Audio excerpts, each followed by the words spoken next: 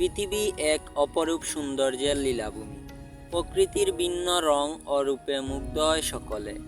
প্রাকৃতিক সৌন্দর্যে ঘেরা এই পৃথিবীর মনোমুগ্ধকর স্থান সম্পর্কে মানুষের কৌতূহলের শেষ নেই। আবিষ্কারের নেশা, নতুন কিছু দেখার আশা মানুষকে টেনে নেয় পৃথিবীর এক প্রান্ত থেকে অন্য প্রান্তে। প্রকৃতির বৈচিত্র্যময় সৌন্দর্যের আবরণে মোহিত হয় ভ্রমণপ্রিয় মানুষ।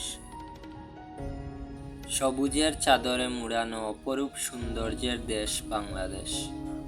এদেশের প্রাকৃতিক সৌন্দর্য সকলকে মুগ্ধ করে।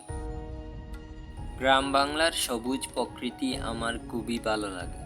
তাই আজকে আমরা এসেছি হাহালুকি হাওরের সবুজ প্রকৃতি আর দিগন্ত বিস্তৃত সবুজ মাঠের সৌন্দর্য উপভোগ করতে।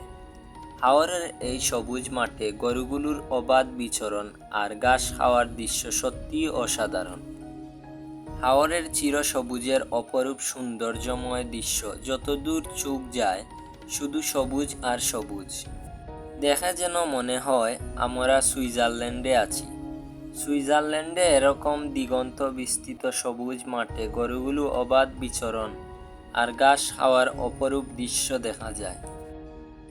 গ্রীষ্মে হাওরের দিগন্ত বিস্তৃত সবুজ মাঠের প্রাকৃতিক দৃশ্য সত্যিই অসাধারণ। চারদিকে জেগে থাকা সবুজ ঘাসের গালিচায় গরুগুলো দল বেঁধে ঘাস খাচ্ছে, সে এক অপরূপ দৃশ্য। হাকালুকি হাওরের সৌন্দর্য মুগ্ধ করতে পারে পৃথিবীর যে কোনো প্রান্তের মানুষকে। আমরা এখানে এসে রীতিমতো মুগ্ধ। এখানকার নৈসর্গিক সৌন্দর্য সব কিছুই যেন চোখ জুড়ানো সুন্দর।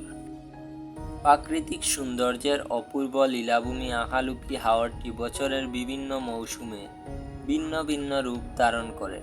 মাছের জন্য প্রসিদ্ধ এই হাওরে শীতকালে অতিথি পাখিদের আগমনে মুখরিত হয়ে ওঠে।